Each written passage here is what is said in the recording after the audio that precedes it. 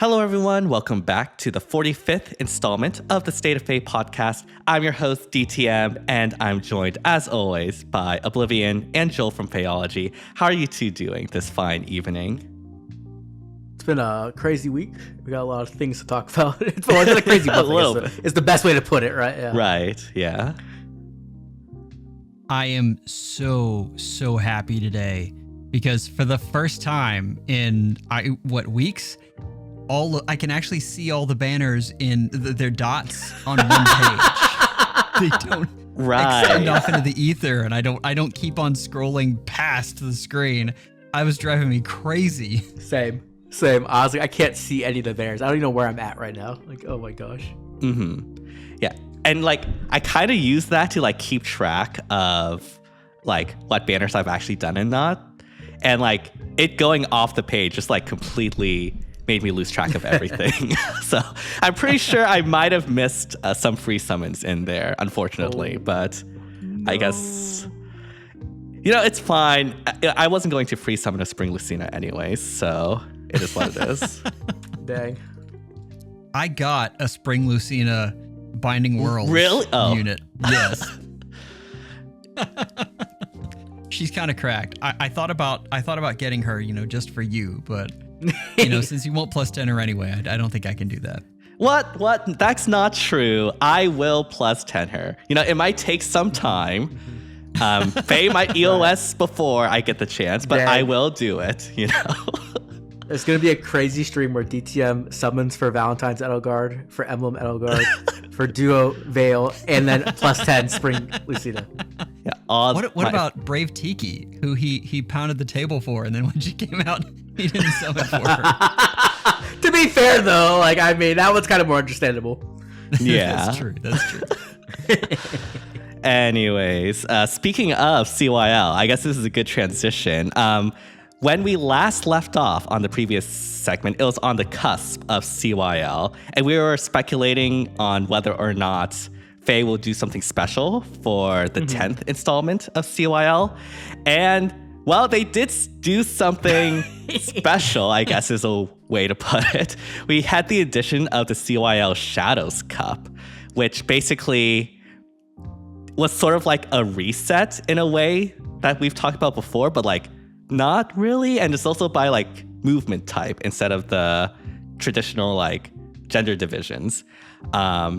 I guess just to start, what were your overall thoughts on CYL Shadows Cup as a concept?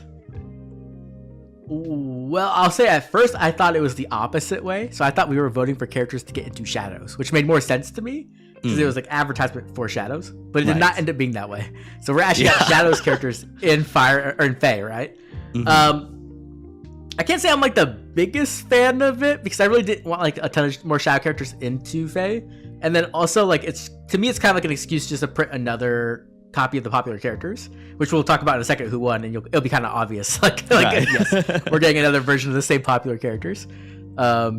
So I don't know, and that we know that it's gonna take a new heroes banner too, which was the other big thing, and we also found out they were split into two, which means we're getting two new heroes shadows banners. So I don't know. I'm pretty on the fence, probably leaning more towards it being negative, but not completely, just because they are some of my favorite. One of those my favorite character, one of my favorite characters. So I'm kind of okay with it. I see. How about you, Joel? I feel like you said it. I'm okay with it. It happened. I almost feel like it was just another excuse to print 3 houses lords.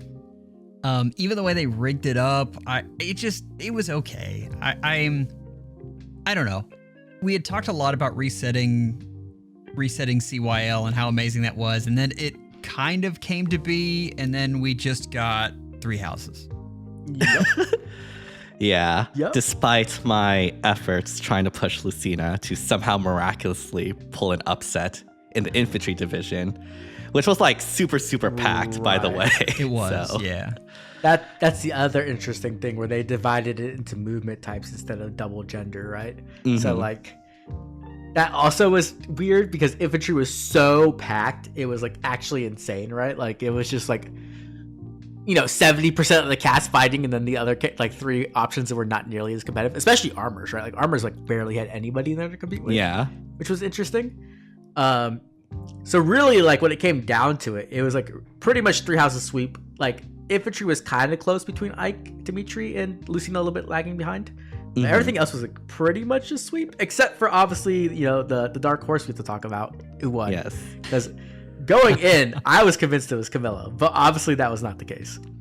Yeah. This is something that we'll also talk about in CYL 10, but like the Tsubasa voters came in like really, really strong this season, like rallying really, really hard and putting in a lot of momentum. And Tsubasa was able to beat out what I'm pretty sure we all thought was for sure going to be Camilla.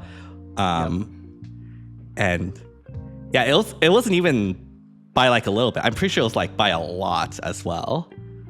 750 votes. Okay, maybe it was a lot. For reference there, Tsubasa had 3,500 total votes, and she blew out Camilla by 750. Like, that's a lot. Okay, that is a significant amount, yeah. It's relative, yeah, definitely.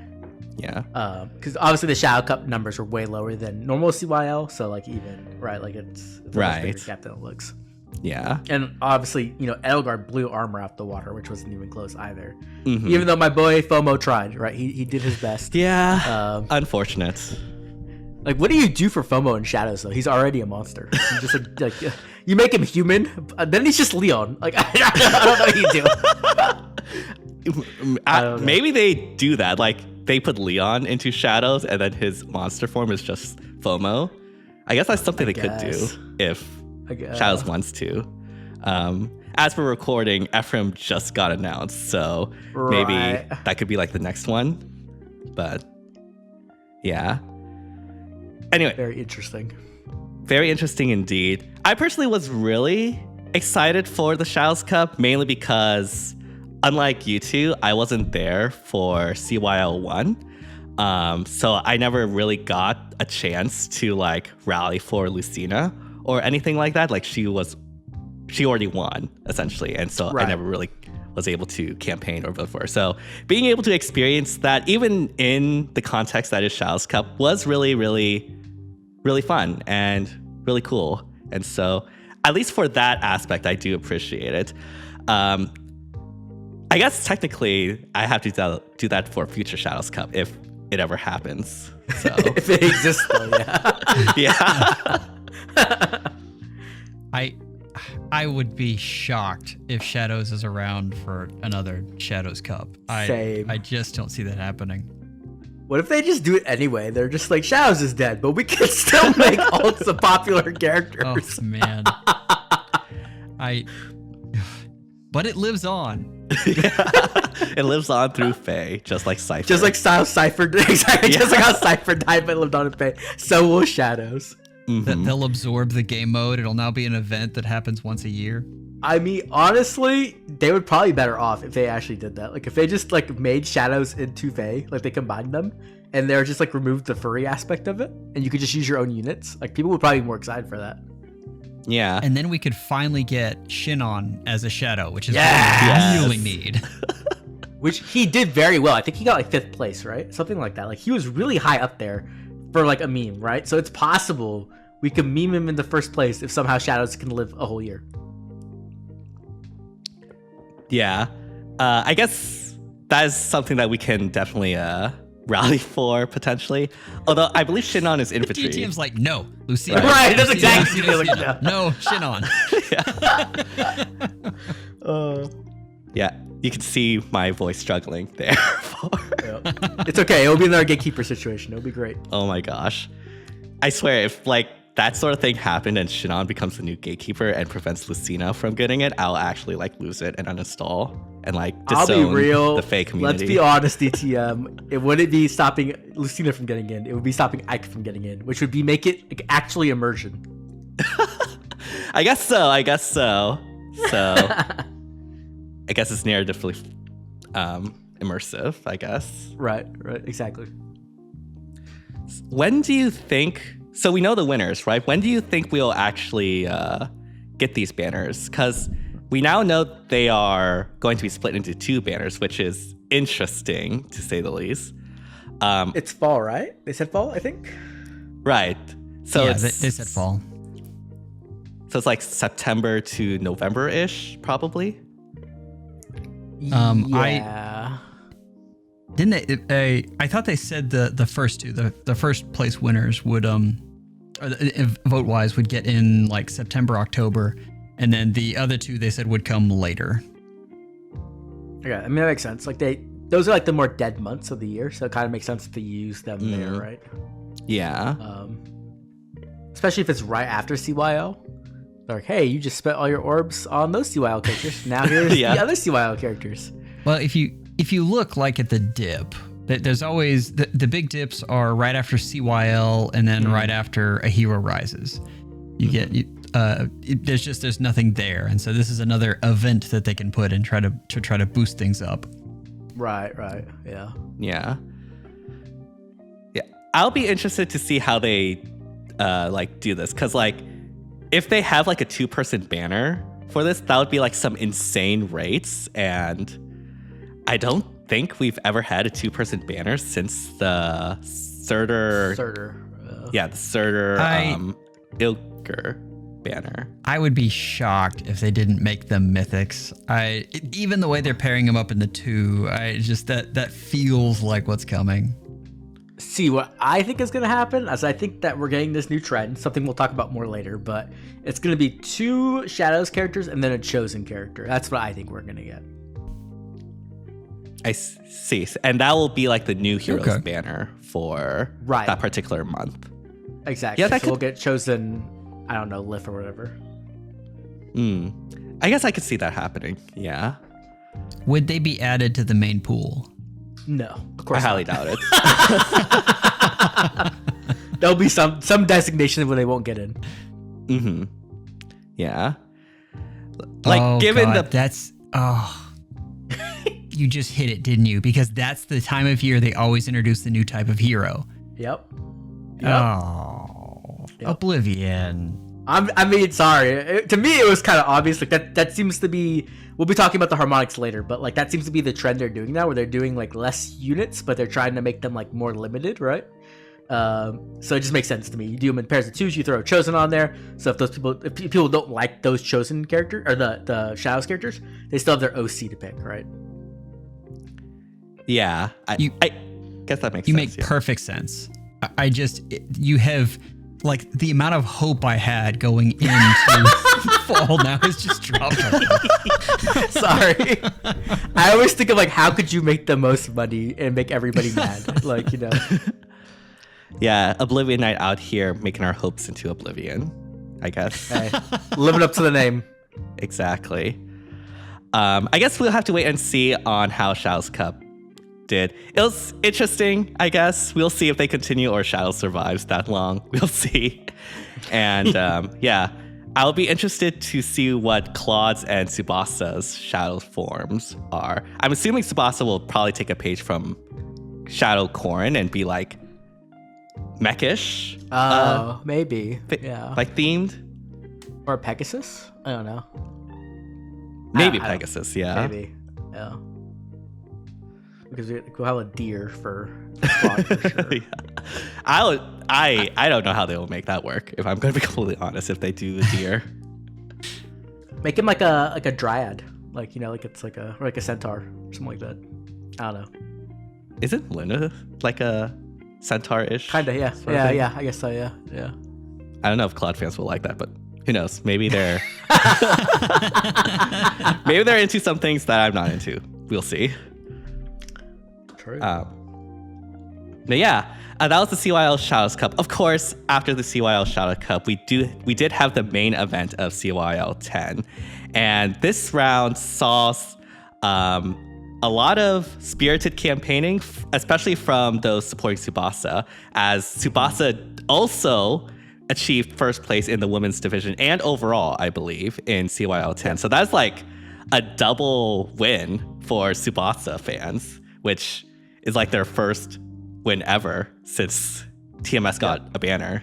So that was really, really cool to see. And then we also have Azura Sigurd and Sylvain as the other units on CYL 10.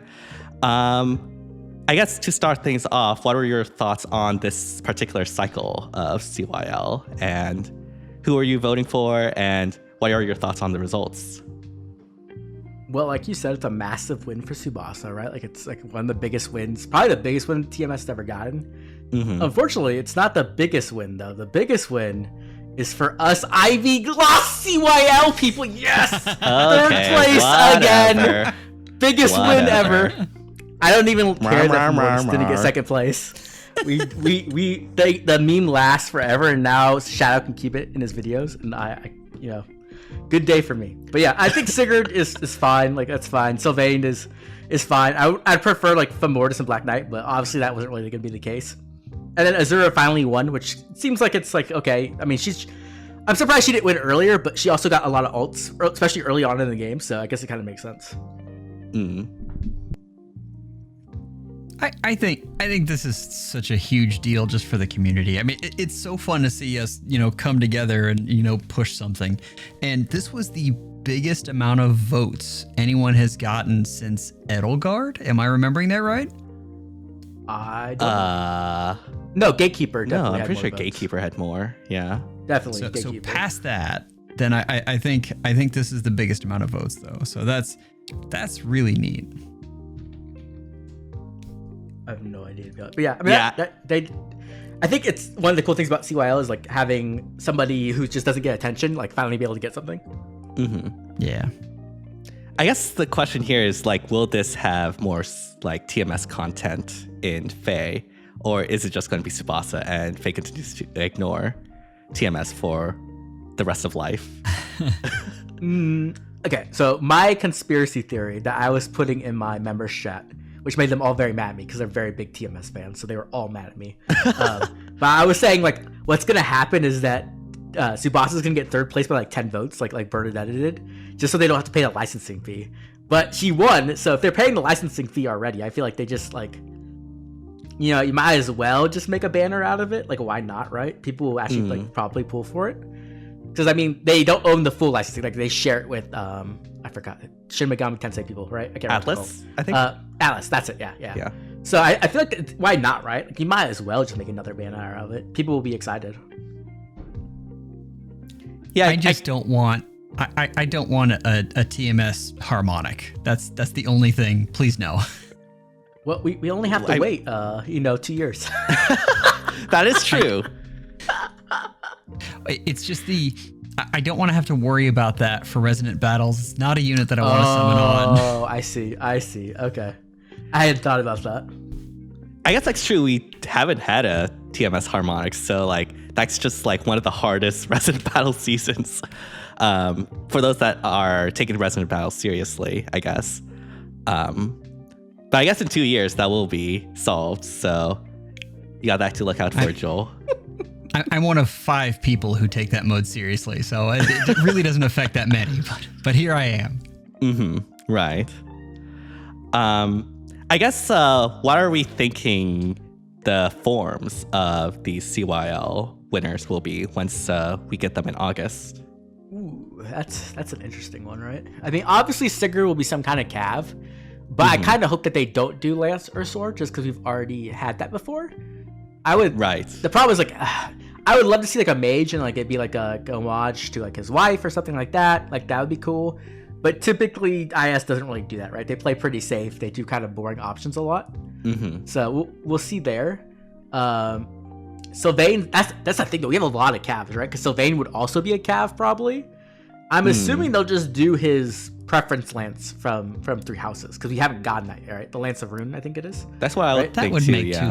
That would make too much sense. That's what I assume they'll do.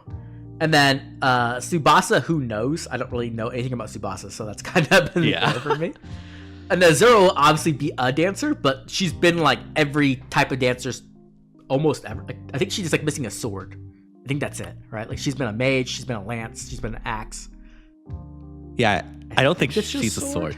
Maybe she gets the Yado. That'll be like the plot twist of the session. She gets Omega Yano. That would be actually hilarious. I'd be so down for that. That would be hilarious. Oh my gosh. But yeah, it's going to be interesting with like the color distribution because CYL is pretty much guaranteed to have an even color.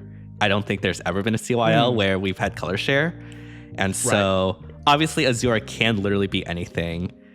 So it's really, I think Tsubasa, Sigurd, and Sylvain are generally known for being lances. So yeah, I'm not entirely sure how they'll split that up, especially since Sylvain does have the preference lance or signature lance that he has in Three Houses. So yeah, I guess Sigurd could technically like take from Deirdre. He'll be able to learn magic in the 30 seconds he interacts with Deirdre in game. True. Actually true. or the 10 seconds before he gets blown up by Arvis. Either one, right? Right. I see. Yeah. And then I'm just afraid of Gallop. Like I'm afraid we're gonna get Gallop or Gallop Plus on a mage. Like that's what our first like fully self-contained, what is it, 8 range or 9 range we're at now unit. Oh my gosh. That'd be so scary. Okay, they make him an armor, but then give him Gallop. That'd be actually kind of funny. That would be actually yeah. Yeah, that would be nice. 3 movement armor. Yeah, I'm down. It'll be fireproof armor for like future protection. Are they gonna dress Azura like Camilla and put her on a make her a flyer? There's no way, right? They wouldn't do that. I hope. I don't know. If we've had so many Azura alts, she's been dressed as almost everybody. So it's kind of, who knows? Yeah, I don't think she would take from Camilla. I think she would take from either Corrin, which is why I sort of like joked about the Yado, or potentially like Anankos or Arate, or like, but I guess like Legendary already did the whole Vala thematic, so it gets a little bit weird. Is it attuned? I think isn't she dressed as Corrin in the attuned version? Oh yeah, you're right. She is dressed like Corrin in the attuned. So yeah, that's what I was saying. Like, there's so many Azura alts. Like, yeah, she's dressed as everybody. Maybe she just dresses as herself. She's just she's like, I'm going back to the OG clothes. She's back as the dark clothes Azura.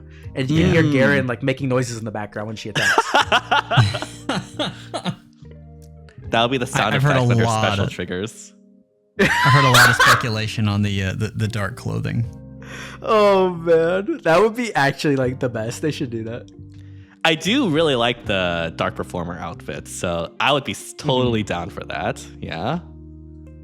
I think, who was I talking to about Azura? Like, there's like, well, how do you make Azura special now, right? Because dancers have gotten so, like, pushed out of their own territory when it comes to, like, design space, right? By Byleth especially. But, like, so I think, like, they really need to figure out a way to make Azura's dance super unique. Not just, like, powerful, where it's like, oh, you dance and you get 1 million stats and true damage and gallop and everything else, but, like, actually make it, like, a unique mechanic, or, like, a unique type of dance. I think that's what they should aim for.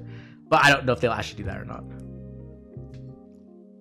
Yeah. It's got to be something with a style. What if you could dance somebody and give your style to them? That would be interesting. I don't know how... Oh, no. Easier. That's too complicated for IS. Easier. You dance and you refresh their style. That could work, like, actually. I think so. You're Byleth, and then you just get your 3 range attack back, or like something like that. You know what I mean? Mm-hmm. Like, I think that's probably not that difficult to code, right? Like, that should be really easy, right? And it would be really powerful. It'd probably be a bit more broad. Like, it would just refresh anything that could only be used once per map, or once per turn. Yeah, it would definitely be like Kanto and all that stuff for sure. Like all the basic stuff we've seen before. But like if it's actually the style, right? Like I know Emblem's not, obviously super meta at the moment, but like just being able to like snipe 2 things per turn, or like use 3 range style twice per turn. Like there's so many good styles and they're only adding more and more. So but yeah, if you could do that, that'd be nuts. And if somehow you could do it with Byleth, that'd be even crazier. But I don't think they'll do that. Yeah. like crazy dance loop. Yeah, I guess we'll have to wait and see on how they implement that. I don't know too much about TMS, so I have no idea what Tsubasa will be, if I'm going to be completely honest. Right. So, yeah, sorry, haven't played TMS and don't really have the game for that. So, yeah. She has a lot of outfits, though. Like, she has a lot of cool looking outfits, so I don't think they'll have, like, difficulty choosing a good one. Mm-hmm. Yeah, I'm just interested in, like, what sort of mechanics she'll bring. Because, like, when I think Tsubasa first showed up, it was, like, the session sort of effect where... Late session. Yeah. The earlier, it's the later you attacked, the more stats you get effectively as like the units on your team ended their actions. And so maybe something similar to that. But again, who knows? There is a lot of options for Tsubasa outfit-wise though, so I'm sure they're set for that. Right. I mean, that almost sounds like it would play in a great talent. Oh god, the great talent meta is here. That's something we'll talk about a little bit more later too. But yeah, great talent is definitely finally getting some stonks up after 2 years almost. Yeah. Any final thoughts on CYL 10 before we move on? Like, any final thoughts? Any thoughts about potential CYL 11 stuff? I'm pretty sure we're expecting Fortune Weaves to sweep that. Fortune's, yeah, that's where I'm at least. I just don't see how it doesn't. I think this one's going to be better received than 9 was.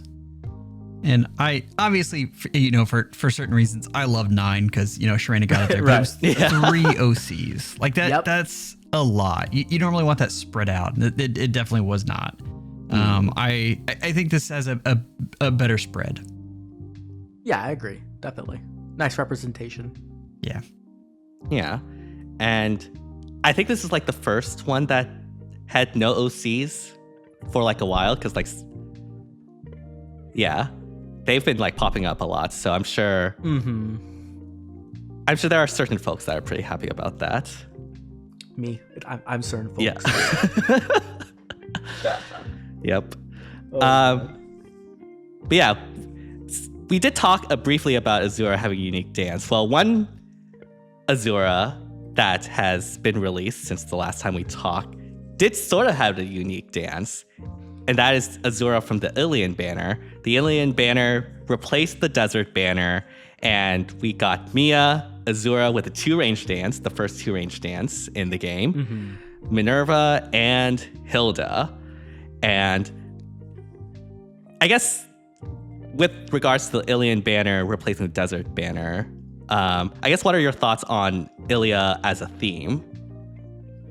Boo.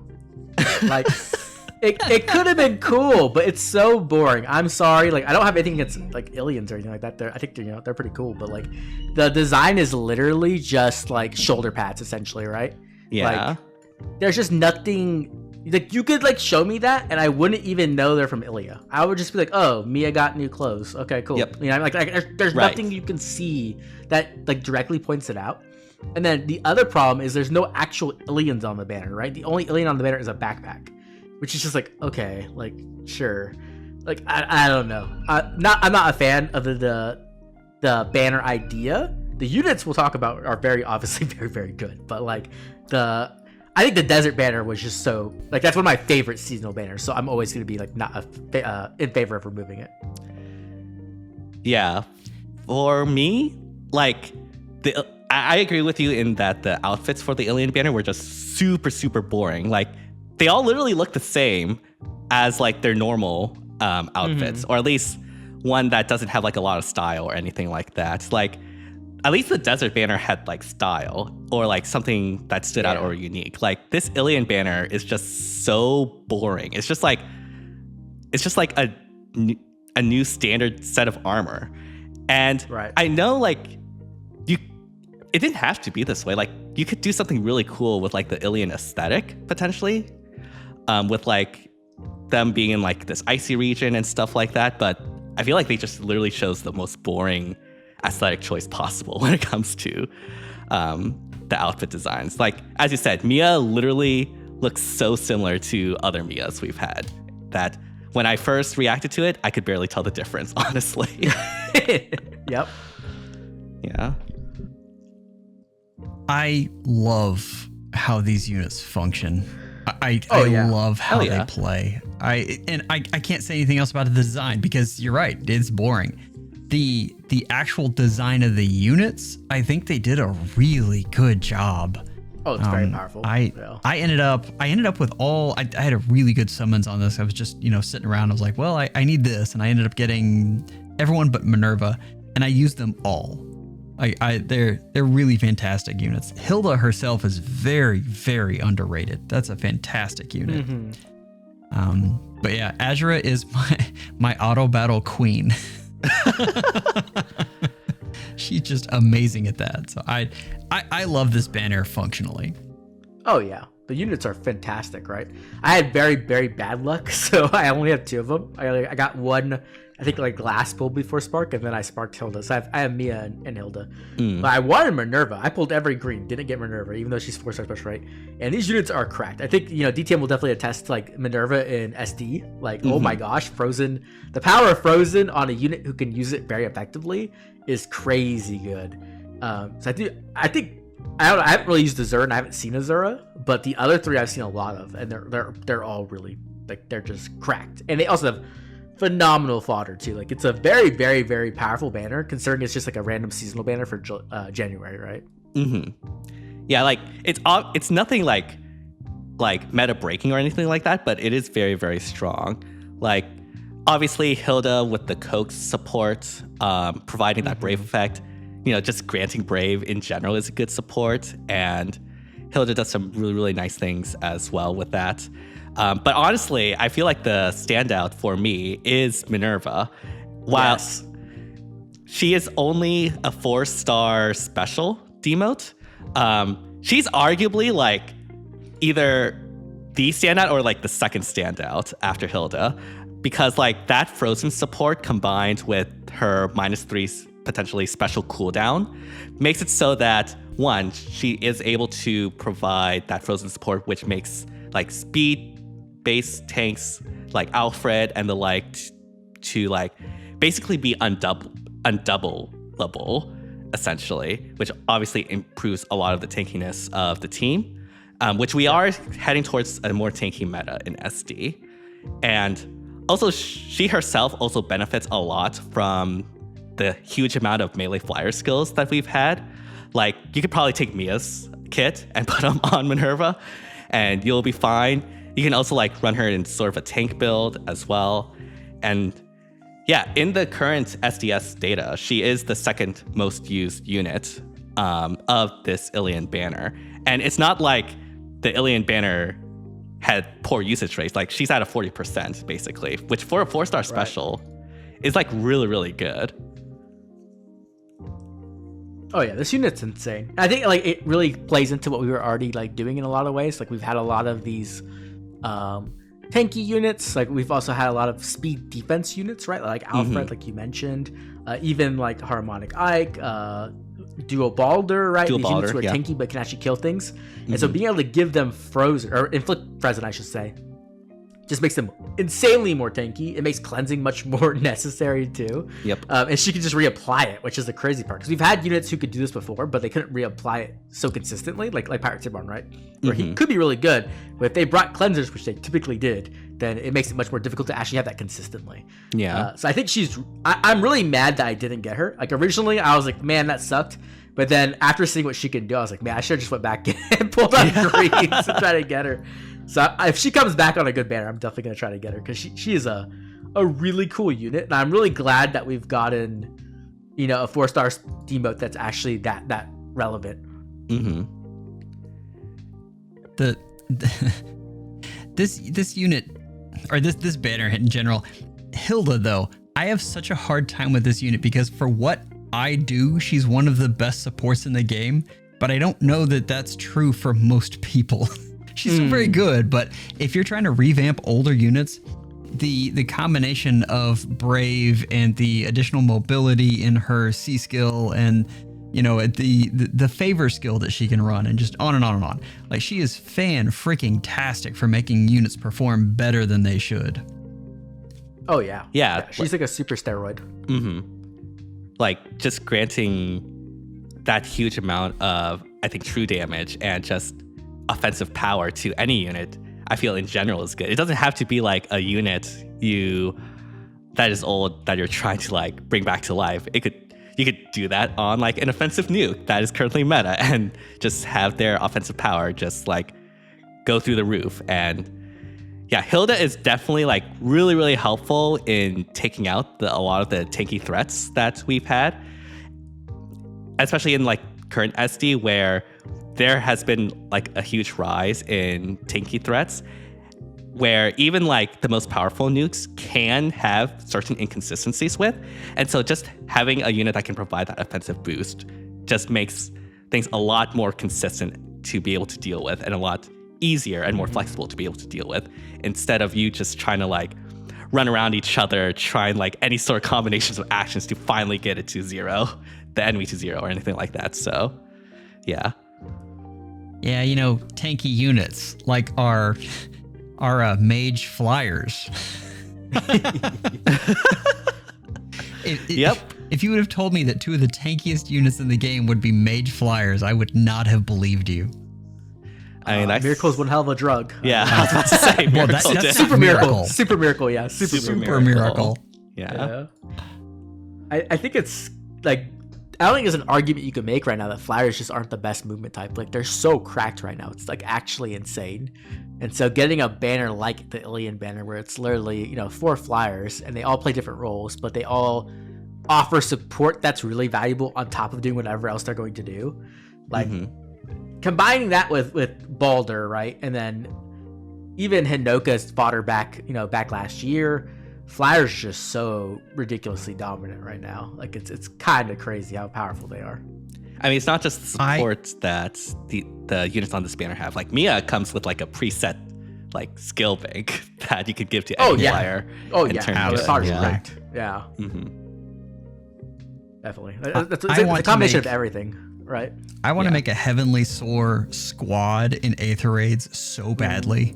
I think that would be so much fun. It's way too expensive for me, but yeah. Oh yeah, like definitely. I would love that. Like I'm trying to figure out how I can rebuild Altina with this stuff, because I think it would be so much fun. I don't know how good it would be, but it would be fun. Because they have just so much good fodder right now. Like, not only did we get Heavenly Soar, but we also got, you know, Blue Skies Plus, whatever you want to call it. Bluer Skies is my favorite. Bluer Skies, which is crazy because Blue Skies was already a ridiculously powerful skill, but I guess they wanted to make it into a seal for some reason, so they had to introduce an even more powerful version. But yeah, like Mia and Balder, just insane fodder right off the bat, which is nuts. Yep. We haven't talked a lot about Azura on this Ilian banner, despite me leading with her. I have nothing. Like, I haven't played her. I don't have her, so unfortunately.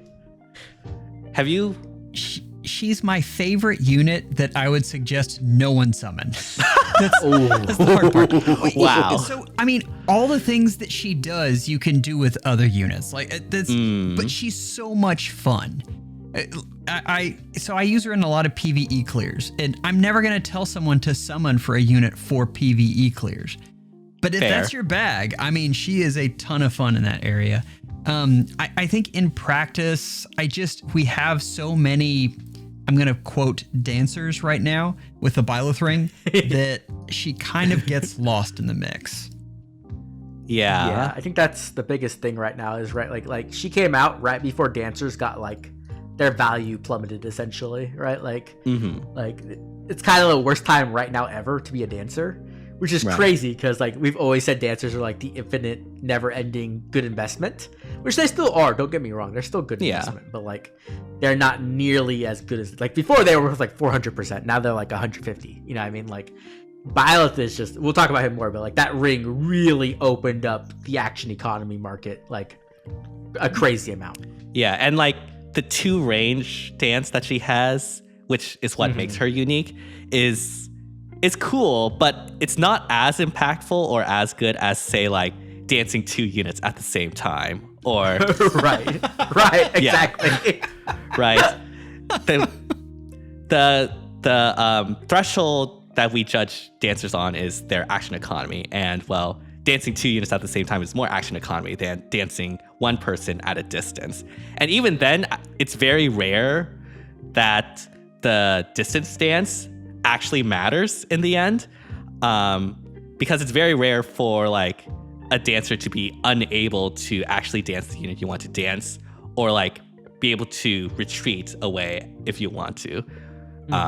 Obviously, there is a little bit of impact, but it's not nearly as much as some of the other options. So yeah, unfortunately, Azura came at a really, really bad time because, as we've foreshadowed, is a literary device. We did have the introduction of Byleth Ring with Emblem Byleth, and also Legendary Elise as well, because, you know, we have a double punch, I guess, IS likes to do. This banner was really cracked, though, and Emblem Byleth and Legendary Elise definitely put the cherry on top there.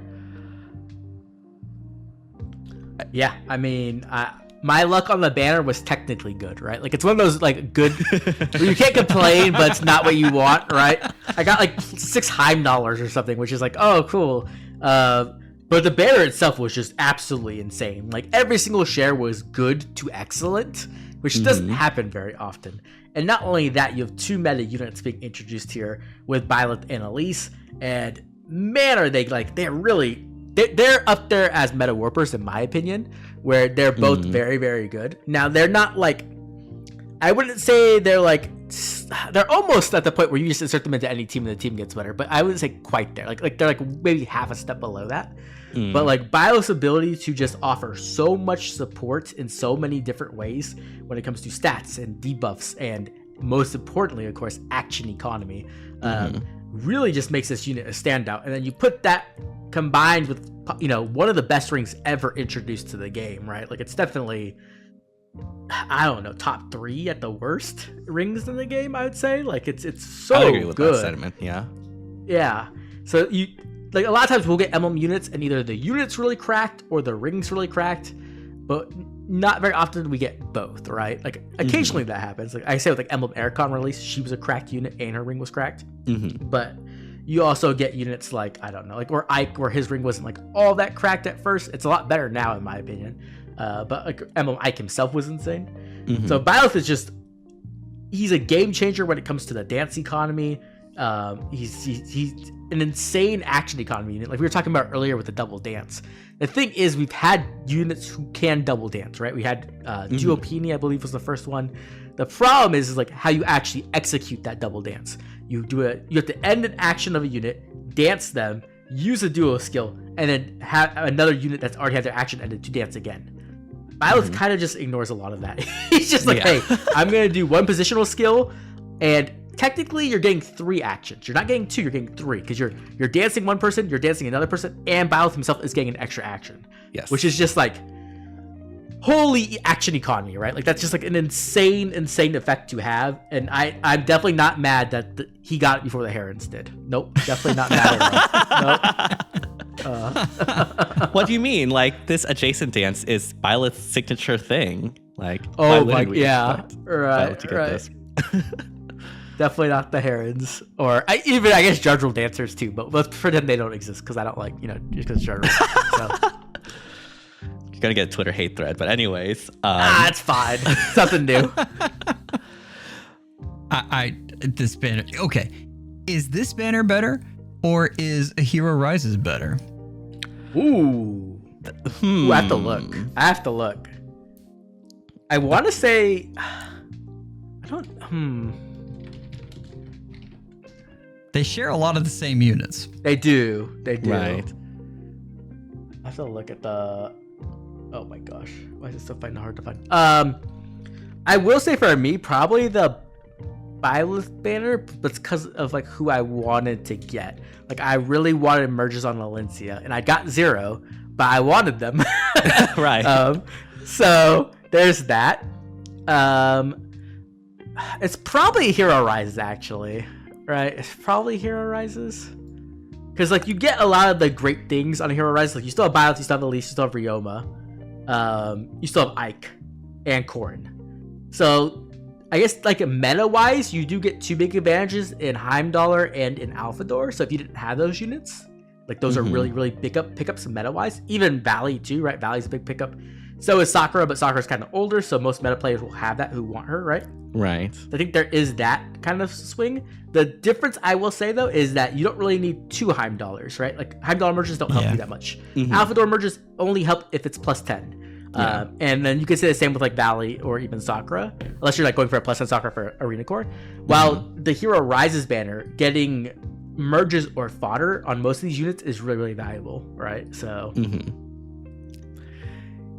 yeah, for me, I think it's also difficult, but I think just because the blue share was absolutely insane, I would lean towards the legendary Mythic Emblem banner of January, because having Byleth, Alphador, and Heimdallr for a person that did not have them at all before was just like way, way, way too good to pass up, right? So, yeah, like Alphador and Heimdallr are like meta impactful units. I don't think anyone can debate that. So, yeah, them sharing with Byleth is just like nuts. Yeah, that's the best way. Definitely. and obviously we're not considering rates, because if you rates, the Hero Rises is better and you get sparks and all that. Right. Like, for me, 4 sparks. Yeah. For me, I think the legendary banner is the better one. I think this is a fantastic lineup, other than Vanitas. I mean, even well, yeah, sorry. Well, I guess trigger me. The fodder factory. Oh man, I could not believe your summons. That like was plus 15 or something. I'm like, oh my gosh. No Ikes, just Vanitas. But yeah, I think this might be the best banner we get all year. Like this was an incredible one. Definitely possible. At some point they might do like a Choose Your Legends Harmonic banner, which could be nuts. Like, I guess they'd have to wait till the end of the year. But like, if they did that, that could be really valuable too. I don't know. Yeah. We'll have to see. Yeah, I guess we'll have to wait and see on that. Going back to Byleth, though, I did find, interestingly enough, that I feel like he was not as, like, I want to make this really clear before I say this. I do think he's really, really good in Summer's Duels, but he wasn't as good as I thought he would be, given the insane amount of action economy that he brings to the team.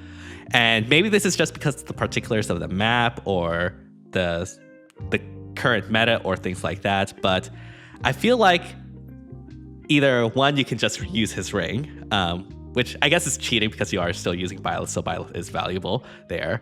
But also, like, I think we've also gotten to a point where there is just so much innate action economy, just like that units have, or you can easily slot in, like from Chrom, from all the dual skills, from like Veronica or Ingrid or like other units like that, Micaiah even, that like Byleth providing that insane amount of action economy isn't as insane, because in Summer's Duels at least there is a move limit. I think it's like a 6 move limit, and so if you like exceed that, it doesn't matter if you exceed it by like 7 or by like 10 or something. Like realistically, it's going to be mostly equivalent once you like get to a high enough point, which I'd say is probably around the 8-ish range, because most teams don't have like 5 nukes you want to like remain active at all times. It's generally like 2, probably, maybe 3. And so 2, 3. Yeah, once you like pass that like 9 threshold, it isn't as impactful. So, which I guess is why like Byleth is hovering around like the 50% usage rate in SDS, unlike Elise, which we'll talk about later, but like she kind of hit top 5, spoiler alerts. But Elise is amazing. That unit is incredible. Yeah, it's really, really amazing. Yeah. I think what I like about Byleth, is that he not only does he give you action economy, but he gives you a lot of support. Like he gives you like favor, he gives you like the exposure, the sap, all that stuff, right? On top of action economy. But most importantly, what I really like about him is that you can use whatever assist you want. Because I think with Crom, that's one thing I definitely can get annoyed at. Is like, I'll have Crom and he's great for the opening for the repo, right? And then after that, I'm like, man, I really don't want to use repo right now. I would really love to use swap. Or like typically it's swap, sometimes drawback, but usually swap. So I really love that. And then I also think like instruct is I really something we kind of alluded to earlier, like the great talent meta, where instruct really can contribute if you're trying to stack it. Now if instruct's your only source of great talent, it's fine, like it's good, don't get me wrong, but like when you stack it and you're just getting like an insane amount of great talent, you can definitely feel the like power difference, right? Which is nice. I definitely think that's pretty cool. And I think they're going to be leaning into that more. But yeah. He's also not the hardest hitting unit on the planet. He's not terrible by any stretch of the imagination, but that's, I don't know. It hurts his roll compression a little bit. He's like a middle range nuke, essentially. He's not going to be busting your like most frontline units or like your saves that are really strong. Yeah, he can be relied on. I'm like still waiting for pivot dance though. So yes. I would be really intrigued to see how that would work, but in like a match or something like that. But I guess that is something you could do with Byleth now. So yeah, probably better with a ring, because then you could do it like on your like frontline unit or something, right? Like someone you actually want to pivot, right? Yeah, probably. Instead of throwing Byleth to the front. Yeah. Speaking of Byleth Ring, one of the best users of Byleth Ring I found are the healers, and specifically Sakura and also Elise, funnily enough.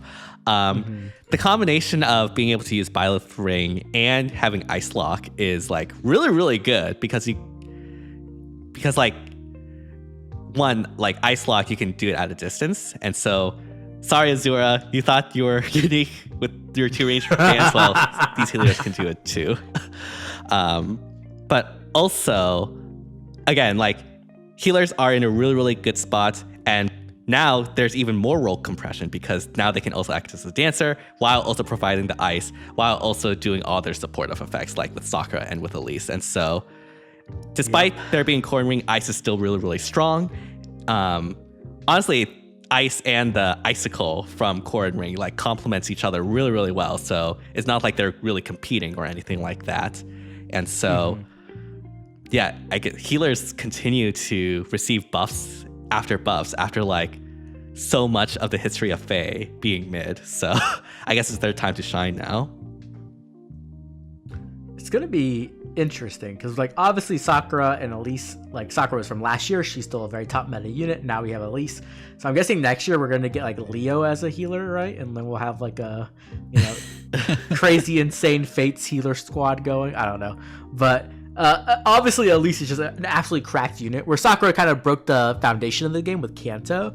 Elise really came into a place where she can do really well into like the terrain meta. She can also offer like a really ridiculous amount of support.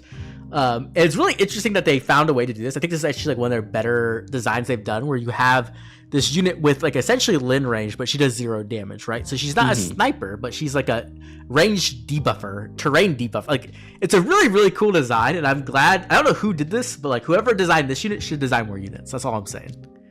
Yeah, the design is really, really cool. I love how they implemented like quote unquote staff effects, like long range staff debuff effects into Fae. Exactly. Like it's just such a brilliant like integration of that mechanic into Fae that just fits naturally well. And yeah, I really, really like it as well.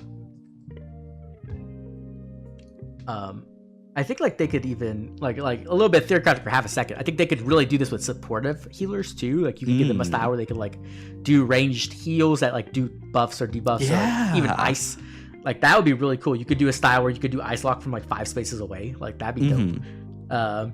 But speaking of the actual game itself, I think Elise is just really cool, really anti-meta. I do think like maybe I overrated her a little bit. She is kind of like Loki in the sense where like the map orientation in SD at least does matter, right? But in Ether Raids, if she wasn't fire locked, she would be like one of the best units just period in Aether Raids, right? Like she'd be like she's still one of the best units period in Aether Raids. She is ridiculous. Yeah, I'm just afraid like when fire season ends, I'm gonna have to like buy Elise. It's been fun. I can use you once a month. Yeah, you know, I forgot how to play without you. Elise, don't go. No. Right. Oh, I've seen so many messages like that. Like, oh my god, what am I gonna do when fire season's done? Yeah. In Aether Raids, like, I don't even know what you do against Elise, because like Elise will disable all the saves, and so whoops, you're vulnerable to like all the hit and run / Gale Force units again. Also, goodbye ice, because all the terrain happens, and so, well, you thought you could block those units from going in. Well, now you can't, so they are free to just go in. And yeah, we thought that like with the introduction of Hother and Balder, that would kind of be like the end of like Aether Raids being like complete easy mode with safety fence.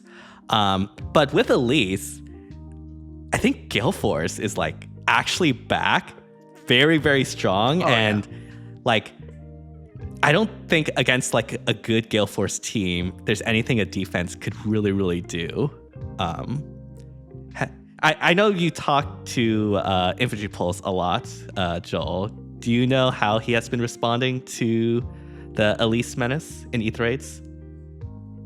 Most of what I've seen on defense is high mobility teams. For instance, I've seen a ton of pass valleys, and let me tell you, they are a pain, because they essentially, if you go on with 2 valleys, then you have taken away the ability to let one turn pass. It's very hard to stall at that point, so you've got to initiate on turn 1. And that's going to take away a reinforcement unit. Plus, they have the whole miracle thing going on. Like, it's right. I think I'm really conflicted, because I think Aether Raids is actually in a very good spot. The problem is, in order to actually be at that level, you have to summon a lot, so it's not in a cheap spot, and I hate that. It's good and it's bad. Things are moving so fast that it's hard to keep up. If you do keep up, it's really interesting. Not only that, in order to even see those teams, like if you want to play against them on Aether Raids offense, like you're looking at like top 500 players, maybe top 1,000 at the most, but I wouldn't even say that. I'd probably say like top 500, right? Like you can very easily play last minute or like have a bad defense and get hit a lot and just never see any of the actual interesting teams and just play against like easy stuff. You know what I mean? So like I think that's the other problem. And I don't think there's really a way to change that at this point. Like unless they made like every defense like meta unit like super available, which I don't think they're going to do, right? Like they're not just going to hand out Elises to everyone, or not Elise, valleys to everyone, right? And that'd be a problem on the other end. So I don't really want annoying. That it would be so annoying. Yeah. I mean, I guess it is sort of lucky that Elise is locked to fire season, because otherwise, like, I think Aether Raids, for a lot of folks, Aether Raids defense will just be dead, essentially. In Summer's duels, I do agree that she's actually, like, depending on the map, it can be difficult to use her. Like, on this current map, and I said she's top 5, so obviously, like, she's really good. But on this current map, I found that it is actually pretty hard to be able to use Elise effectively in order to get her into the necessary like columns to be able to apply the style effect. And also, it's something that is really interesting is that like one of the big effects that she applies is undefended. Obviously, that's not all of it, but there has been a decrease in the emphasis on save units. That the undefended part is not as important compared to, say, like the either the Heimdallr popping that Elise can provide, or the applying terrain that can get rid of all the ice and allow your units to go in. And so, in a sense, like in Summer's duels, at least in the current meta, she's not being used at her full potential right now. This upcoming SDR will be really, really interesting, because there is a map that is also a little bit interesting for Elise. we'll have to see like what the players like cook up with that with Elise. But it's interesting how like Elise can like sort of be mitigated by like the current map and stuff like that. Yeah. Yeah, I mean, SD is always, I think that's one of the reasons why SD is just always volatile, right? Because not only do you have new units coming in that could be very meta warping and defining, like Byleth or Elise, but you also have a map and you also have captain skills. So it's like three variables that could be very volatile to like usage of characters. Like you could have a really, really powerful character, but if for some reason they're very dependent on the map, then you might not even see them for a whole season, right? Or you might see like very little of them. So I think that's always something interesting. And it honestly, it's one of the things that kind of can annoy me about SD a little bit. But I think for Elise, like I'm okay with it because she's kind of annoying. So you know what? Hey, if there's a unit that doesn't destroy my ice on the map, I'm gonna be okay with that. It's also part of the magic of SD, though. That's neat. Oh, for sure. It can change that quickly. Like there's obviously, if you want to use a certain unit, then sometimes you have to give that up. But I do love that about how things change so fast. I mean, one example of things changing is Nurgle, right? Like Nurgle was like dead because of Deedhogger, but now he's back. And even now, like right now, he's back stronger than ever because of Elise, because obviously Elise's style is a combat. And so if you support Elise with Nurgle, that combat with the style that Elise does can steal all the buffs of the enemy. And so Nurgle turns out to actually be one of the best partners for Elise and is featured in a lot of like the teams that are currently being used. And that's just a synergy that I guess you wouldn't expect. How old is he? Like 3 years, 4 years old, something like that? Unit to 2 years. 2 years. Okay. Time is a lie. Anyways, that old unit to have that sort of resurgence because of an introduction of a new character. Another one to a lesser extent is Camilla. Like after the introduction of Corrin Ring, Camilla was sort of falling. Like I think last season in January, she was hovering around like the 30s or 40% usage. But now with Elise, like Elise is one of Camilla's best partners because one of Camilla's problem with the introduction of Corrin Ring was that her terrain would get canceled out by Corrin Ring, and therefore she couldn't warp anywhere because she only warps to terrain. But now Elise can just apply the terrain for Camilla to warp. And so she has got a resurgence back to the 60s or 70s. And so, yeah, it's that sort of dynamic I always find super, super interesting. And yeah, Elise provided those, at least for this season. She makes, and to your point, Oblivion, she doesn't make every team better, but she makes most teams better. Like it's pretty incredible. We do need to talk about one other thing with her, and that's Arena, where she is so freaking annoying. Really? Oh my gosh. That's I haven't had any problem with her at all, actually. I was actually gonna bring up the opposite, where I was surprised how little she annoyed me, because like with soccer, what will happen for me is like she'll do her ice lock and then she'll have a Lin ring and she'll kill me. Like with Elise, what I noticed is like she'll do her range attack and then, but it does 0 damage. So she just like cantos back into the corner, and I'm like, oh, okay, bye Elise. Like I haven't had any problem with her.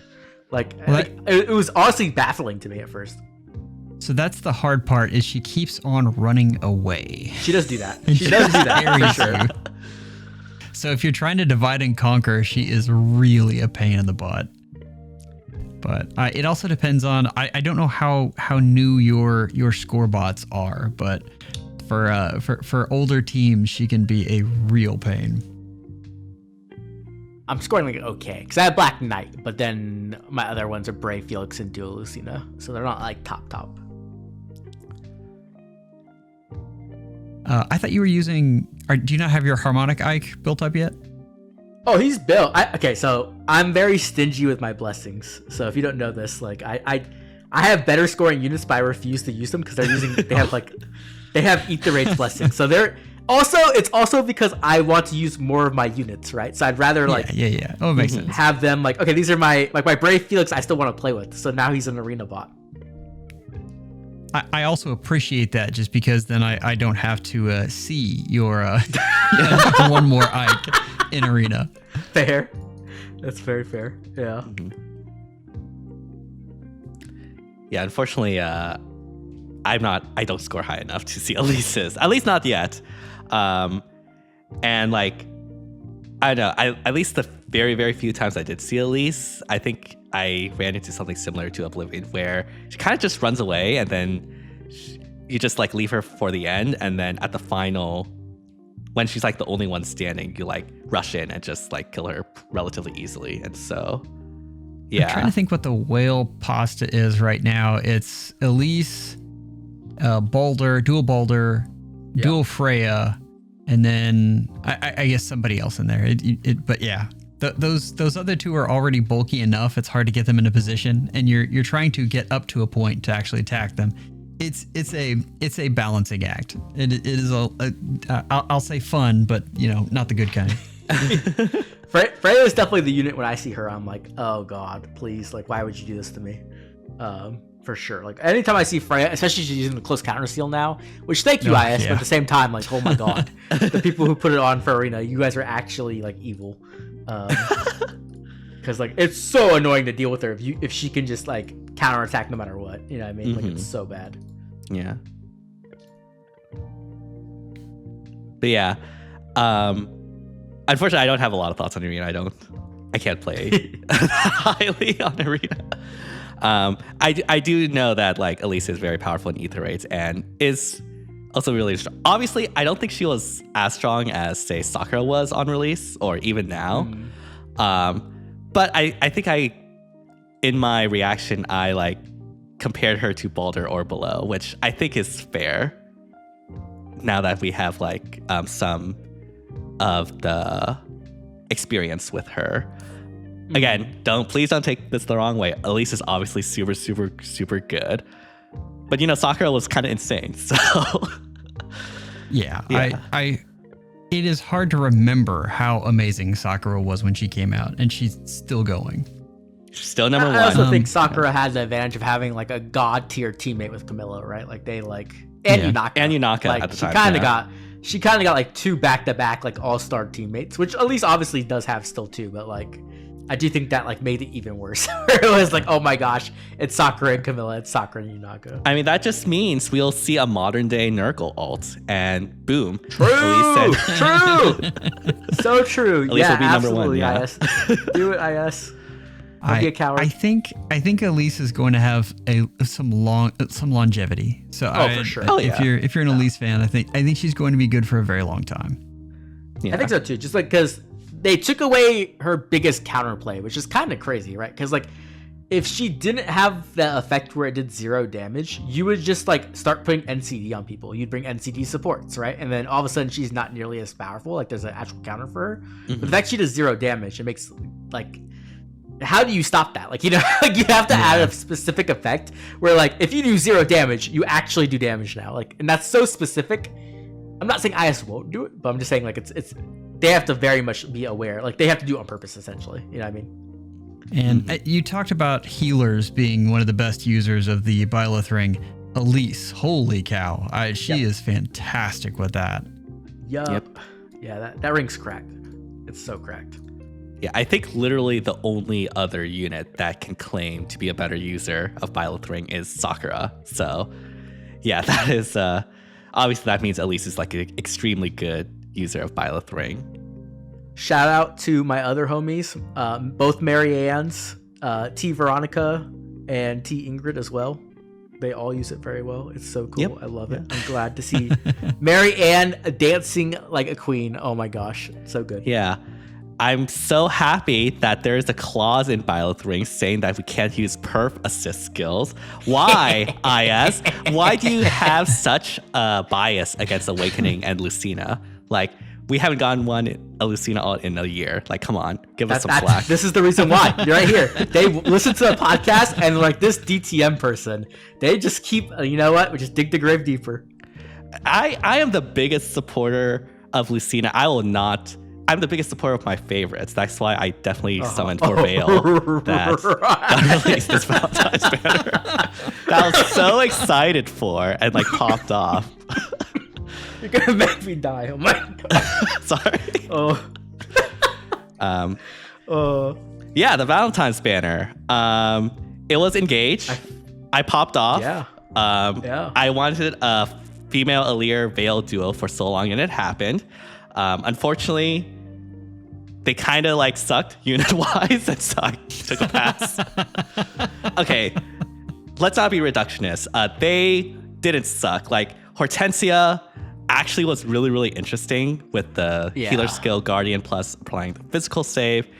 And Veil actually got some really, really good usage in a Chinese copy pasta for SDS. And so, yeah, there's some usage there. But I think overall, in terms of like function, it was a bit lackluster, especially given that Byleth and Elise was like just before. I'm not going to even lie. I'm not joking. I forgot this banner existed until you said it. I was ready to move on to the Harmonic banner. Yeah, I mean, I hate to say this, but yeah, Hortensia is the most interesting unit on the banner. Of course she is, because IS hates me. What? You're the biggest Hortensia fan. How could you say that? Yeah, totally, right. And I do think, like, the choice of units on the banner, like, not my favorite, obviously. I think Veil and Ilian, that's fine. But, like, I really wish it was, like, some other less represented characters here. But power-wise, I really don't see much here. And that's why I didn't summon on the banner. Yeah. This is a fodder banner. They do this now and again. The fodder on this is so much more interesting than the units themselves. Guardian Plus, I think, is more interesting than Hortensia. Although, I mean, you hit it. Like, she's the most interesting unit on the banner. But Guardian Plus is fascinating. There are a lot of interesting uses, and I don't think we've seen the last of how that's going to be used. Veil, Ilian, what did they have? This aerial detect skill that I don't love, but it's at least interesting that they're playing with that. And Celine had another of those aerial detect skills, and then Truly Inspired, which is another interesting skill. So I think if you're, for very specific people, like if you're trying to build up a risk, the fodder on this is incredible. Yeah. I mean, the what's it called? The aerial detect skills are interesting just because they stack. So unlike something like Favor, where Favor is like exactly the bonus itself, these are just passive effects that just are inflicted on the foe.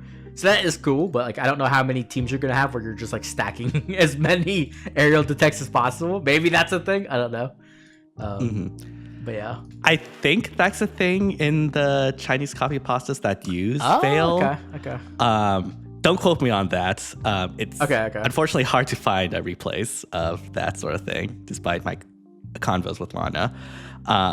But like I think that's something. I mean, Veil does have like good support with like the Fell Spirit and the Scowl that does come in handy.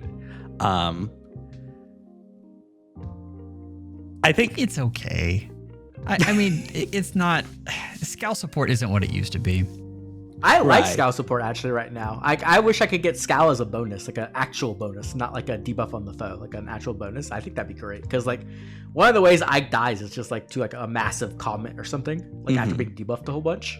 Right. So having like a Scowl would be really nice, but I don't want to pull Veil.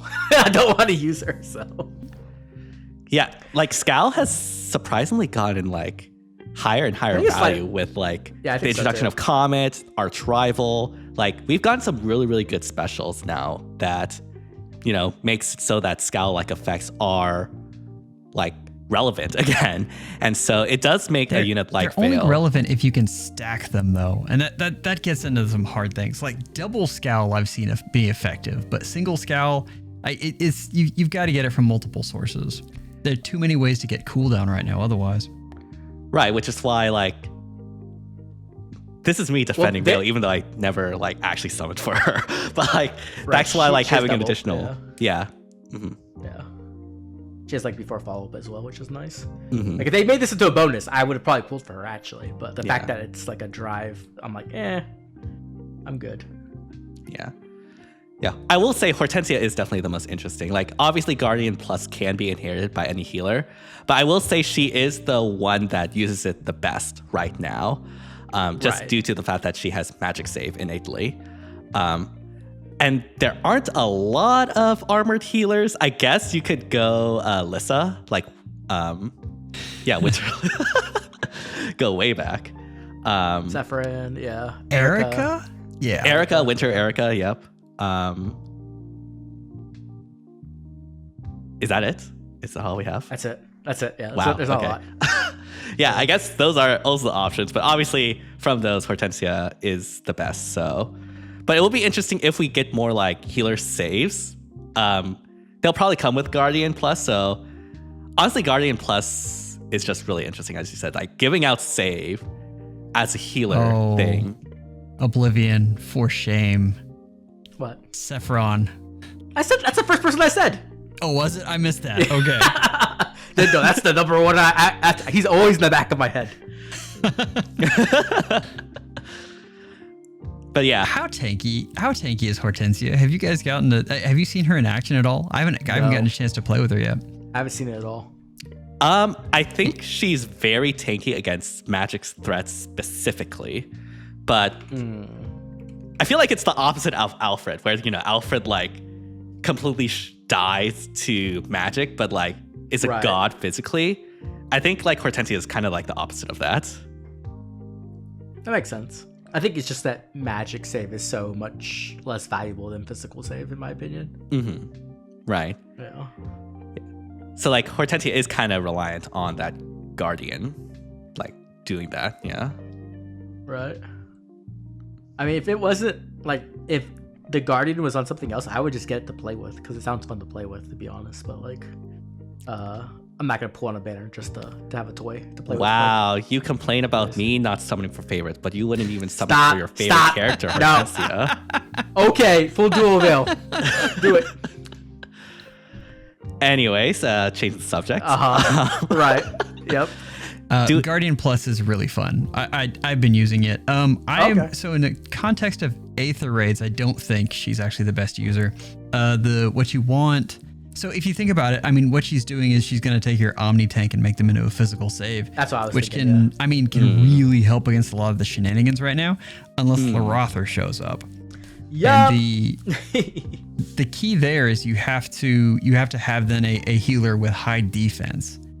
So, but combination of that, it's very useful. But again, you were talking about offense, and sometimes it can be a little bit easy depending on what teams you have. But against the harder ones, that can be really handy. I've been using it with Fjorm quite a bit, and I've got it on Riss, who's got high enough defense to out defense him. And so, yeah, I know, right? And then I've got a Silence Ward, and then she can run pair up. And the two are very synergistic, and it's just all kinds of hilarious. That's cool. That's actually really cool. Yeah. Oh, man. All these really new and cool toys that Healer's gotten has been really fun, actually. Like, I've enjoyed them. Oh, yeah. They're finally usable after how many years?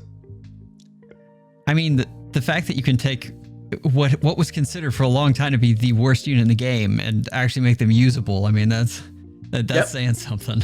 Yep. Definitely. Power of fodder. Yeah. Yep. Which Fjorm? Throw Byleth ring on there, and he's really incredible. Mm-hmm. Which Fjorm did you use? Was it like Chosen Fjorm? The new one, Chosen Fjorm, yeah. Russian Fjorm, yeah. Russian Fjorm. Yeah, the one on the CYL2 Brave Harmonic banner. I will be completely honest. I was not expecting one this early. I thought it would be like a yearly thing, or at least like a half yearly thing. Yeah, I did too.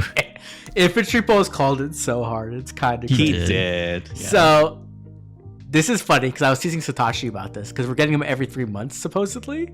So Satoshi will have to plus 10 2 Edelgards this year. Yeah. Technically 3. Technically 3 in one book, right? He'll have to plus 10 Emblem Edelgard. Then he'll have to plus 10 Shadows Edelgard. Then he'll have to plus 10 Harmonic Edelgard. Or no, I guess it's Duo Edelgard technically, right? Because it's licensed. Yeah. Mm-hmm. So that's what you get for being an Edelgard fan.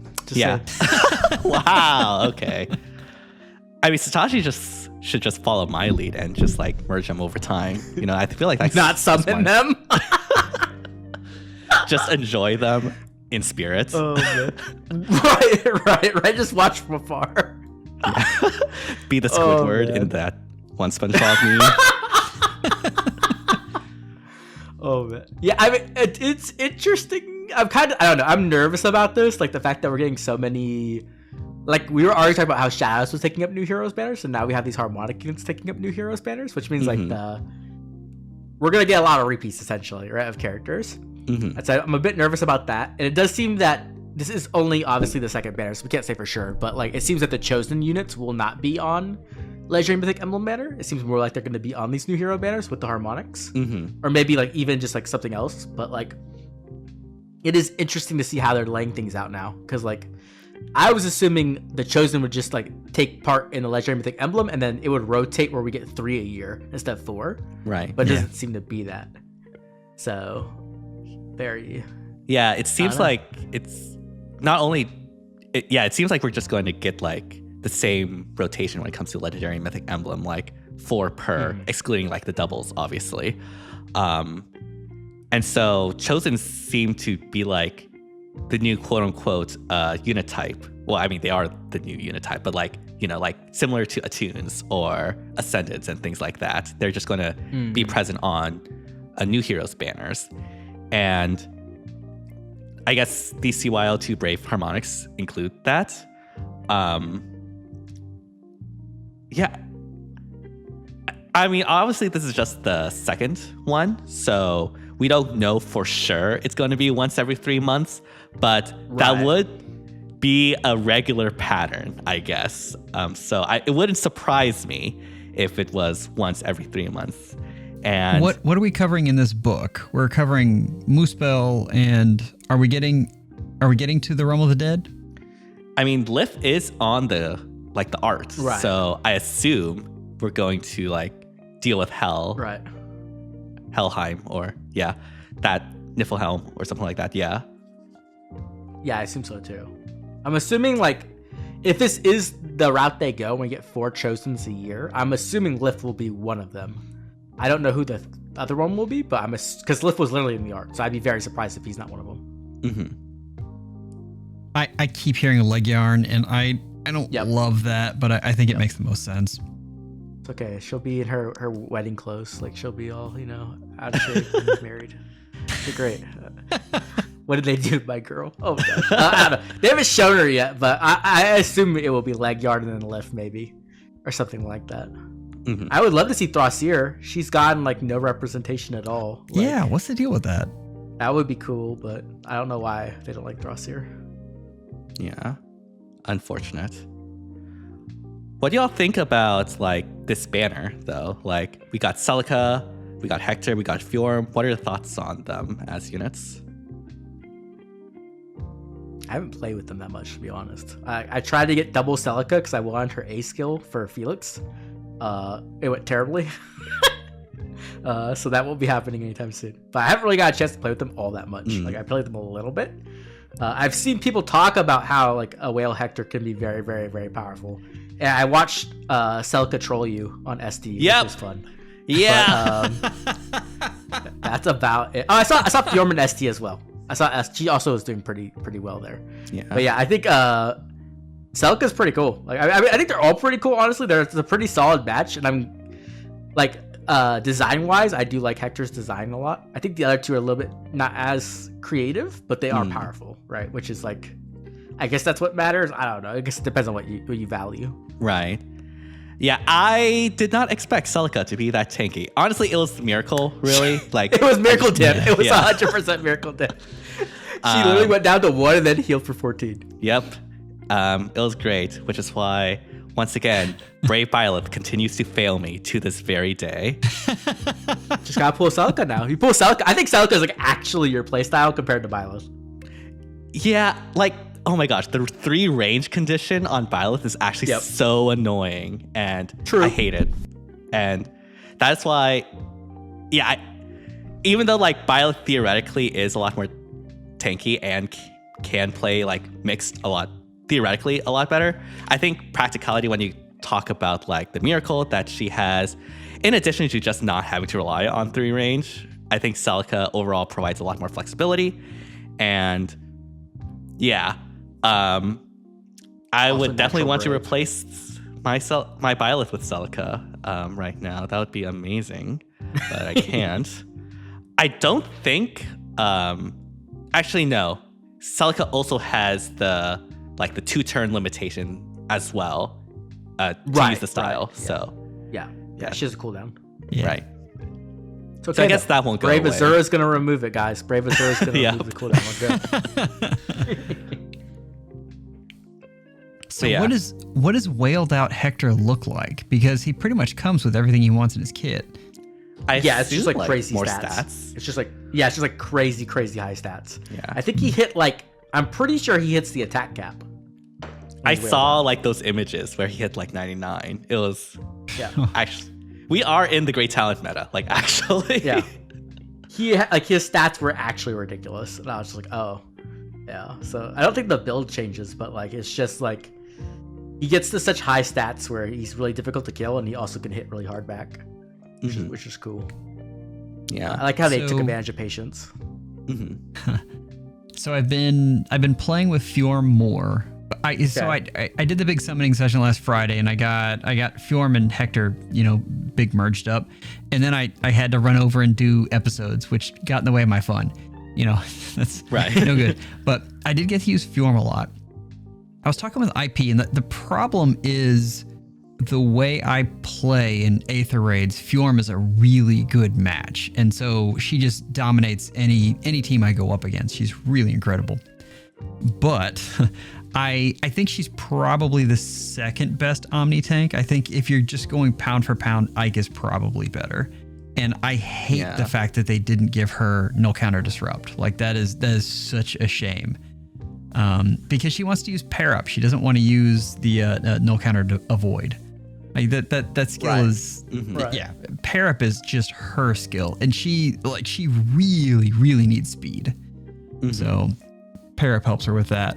I think she's a blast. She definitely, and I crunched the numbers, so I already knew this, but she definitely doesn't hit as hard as Ryoma. It is noticeable. And so that's a thing you can run into trouble with, but she's so much bulkier than he is. So as an Omni tank, I think that's fine, but you're going to get less of that nuke ability out of her, which is, it's okay. Hector, I just have experience. I was running around with him in Arena, and he held his own, but it was close. I kind of expected him to, he was tanking Balder, but he'd have 5 HP left. So he just absolutely left me sweating. So I question how long he'll be good, but maybe I just needed to wait more turns for the, for all of the great talent to build up. Yeah. I think it depends on the build, because I don't remember. I don't think you can use deflect melee though in Arena, right? So I think that's the build you run is deflect melee. I'm not sure. I believe so. Yeah. I'll be real. My Hector was a fraud. I didn't get to use him much in my SDS runs, but when I was practicing in favor, he would just die to a lot of things. And so, I think Hector's one of those units that probably needs some investment in order to really withstand the threats that we have currently. But once you reach, sorry, go ahead. Once you reach the necessary level of threshold, investment, reach that threshold, then he'll start to pop off and actually be able to tank all the tanks that we have currently, or not tank all the nukes that we have currently. And so, it's about, I think, reaching that either level of investment or that level of support to allow Hector to do what he does. What I was going to say, normally investment means skills, and I don't see any skill to upgrade him with. He really comes with what he wants. But you're not wrong with investment. I honestly wonder if it's better to replace his save skill altogether in a lot of things, and either make him a save through a guardian or some other way. You could go physical save, maybe. Yeah, physical save. Yeah, I can see that. But maybe instruct, and then you really double down on building up stats. I guess that is something we could talk about too. Is like they introduced a new 5 cooldown special that actually has great talent built into it. Yep. And then also of it's not exactly a twin save effect, but it's essentially a twin save effect, right? Which is also really interesting. Mm-hmm. So it's kind of cool that they actually are exploring the design space of specials now. Because I feel like for like years they were just refused to do anything with specials. Yep. And then when they finally brought out new specials, they were all like Gust-esque. You know what I mean? Like it was Gust, but now it's defense. Now it's res. You know what I mean? Mm-hmm. So now they're actually trying new things. Like Arch Rival is very different than Comet. Comet's very different than, Armored Flare or whatever, right? Right. So I'm glad to see that. That whatever they like, same with Elise. Whenever they actually like get creative, I think they do a good job. I just don't know. I guess sometimes they just don't do that. You know what I mean? Mm-hmm.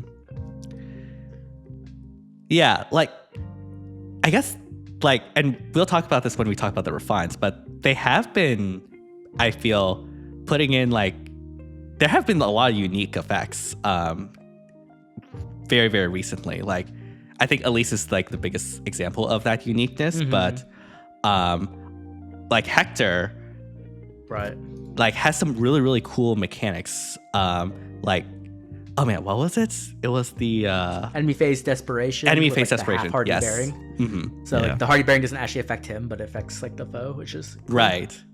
And I don't know. There's like a lot more room for that sort of experimentation. So I'm really, really glad that IS is doing that. So yeah, like I guess I'm really glad. And again, it's good to see great talent actually mattering, or at least. Like, it seems to be leaning towards that direction once you let it build it up. Well, Alphonse gets his Brave Alphonse gets his refine coming up in August, right? Yeah. I don't know how I feel about that. It's kind of crazy. I don't know how I feel.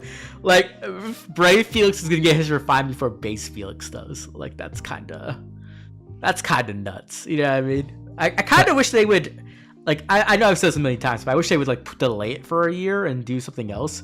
And before, the thing I wanted was CYL remixes, but now they're doing harmonics. There's just no way that's going to ever happen. Yeah. Right. So, I don't know.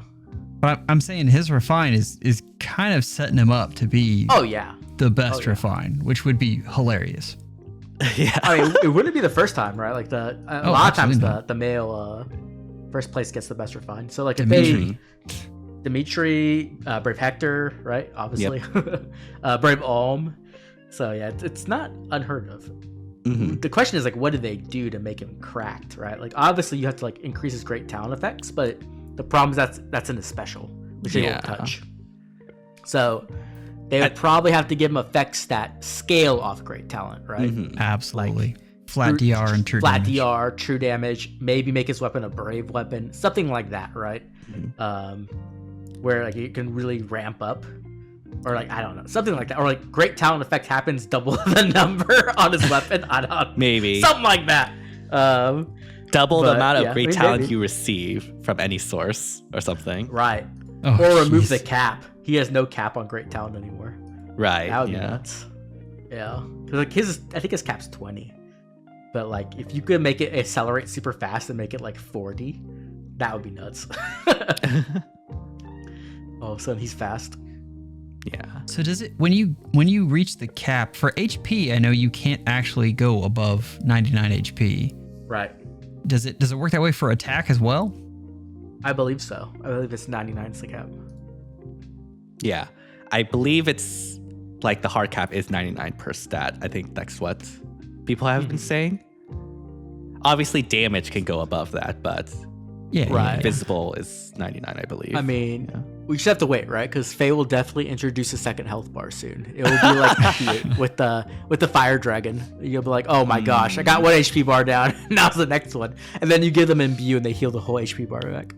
So I was talking to somebody about something like that, either just bumping the number by 1 or any, and they brought up a really interesting point. And they said the code for this game after 10 years is probably just a hot mess. Probably, and like that is much harder than you think it is.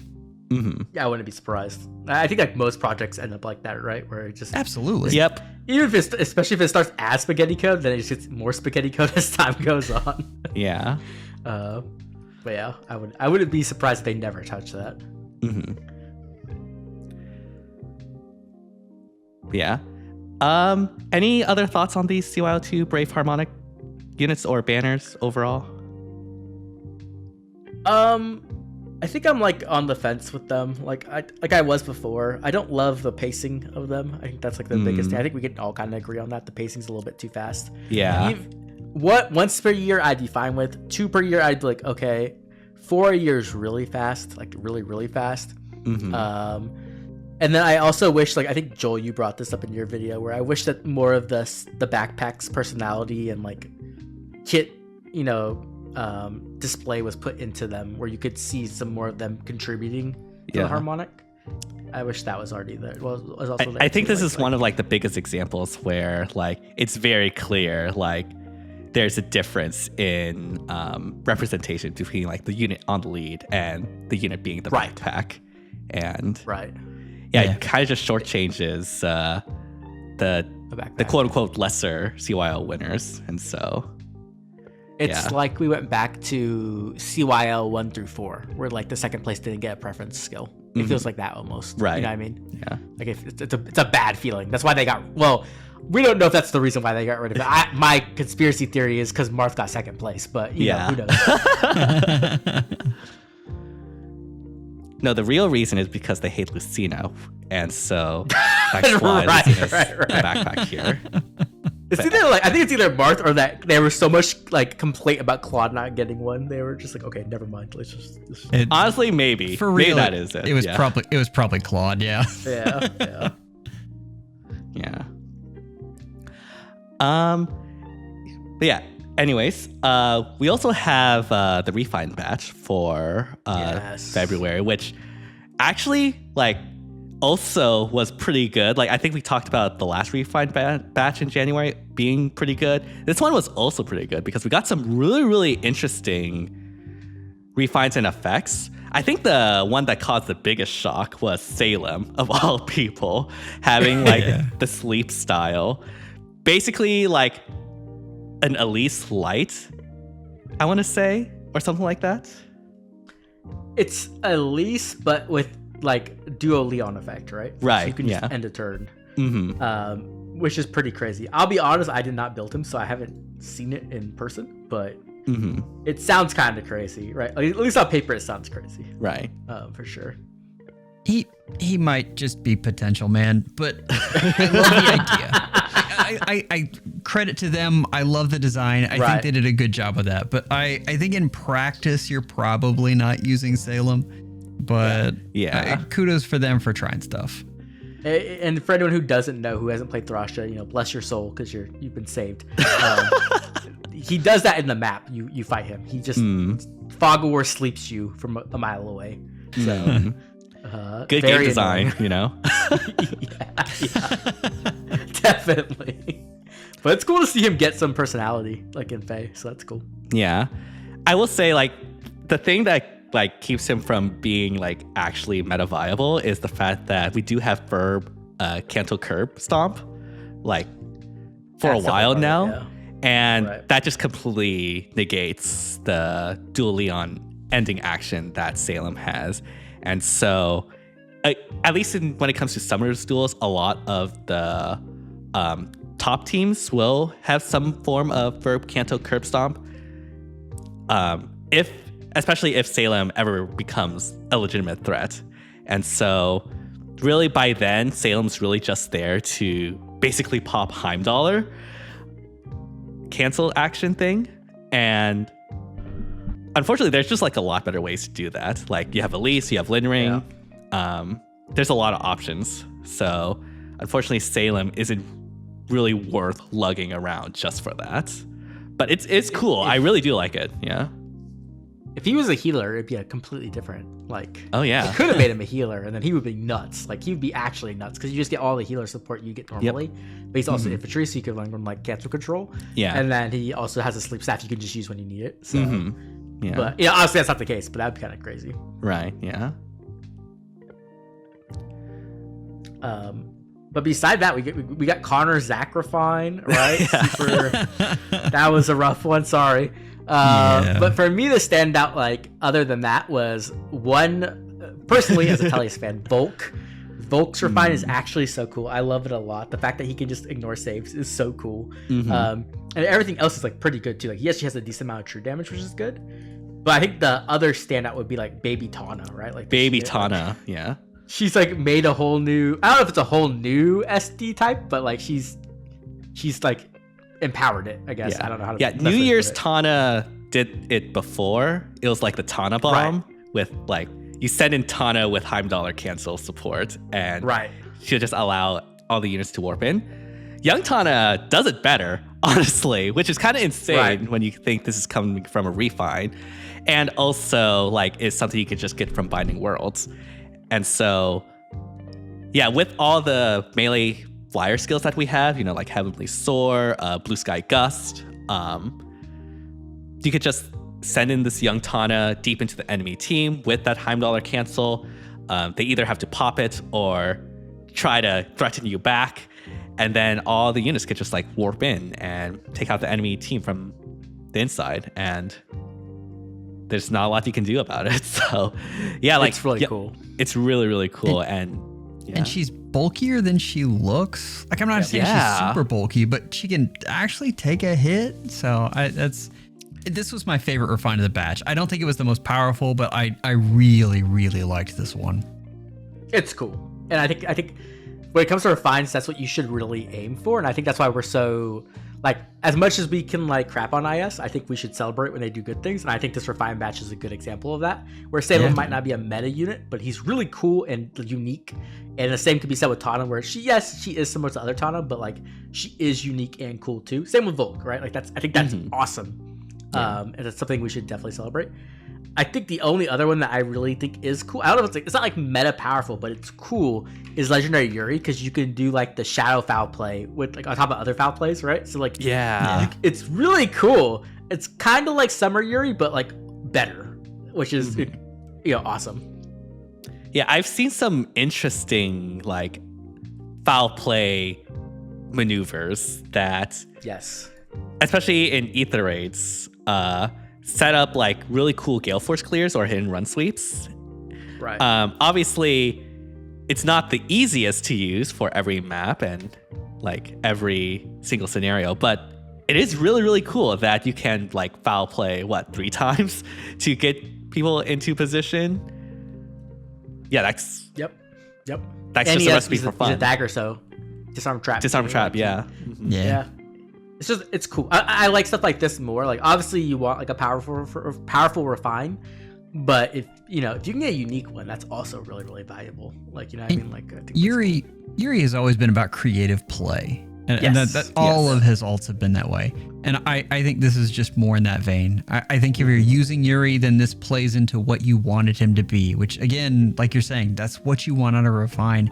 I even think Nerthuz is that way. I liked her refine quite a bit. And if you're a Nerthuz fan, you're using her for Gale Force in Aether Raids, and this makes that better. So for that, I think she's a lot of fun. Yeah, definitely. I mean, hopefully they keep this up, right? We'll get the announcements for March soonish.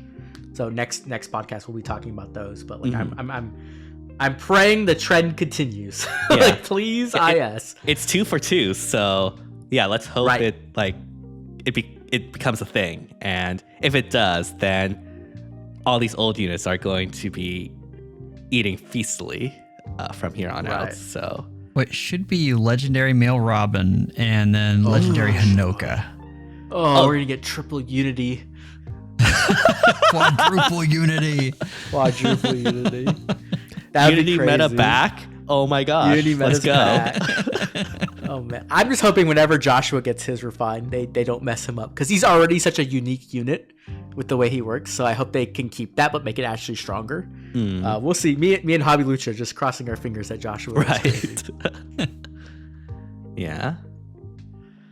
One final thing before we end it off is that, and we did talk about this briefly before, but AHR did happen. We did get the votes, and we know who the top 8 is, and we know presumably what the voting gauntlet will be like. Who are you rooting for to win this AHR? Byleth, I think, is probably what I'm gonna go with. So those are two different answers there. Who do I think is best to win a Hero Rises, or who do I want to win? And I want Ryoma to win because I need more fodder factories for all of the stupid things I do. I see. Yeah, I also like the unit, but I don't think that is who people should vote for. I just think that's who I want to win. I wanted Hother and Balder, like OG Mythic Balder Hother, to make top 8, so I don't have to summon on the Legendary /Mythic/Emblem Banner for them, but, it's fine.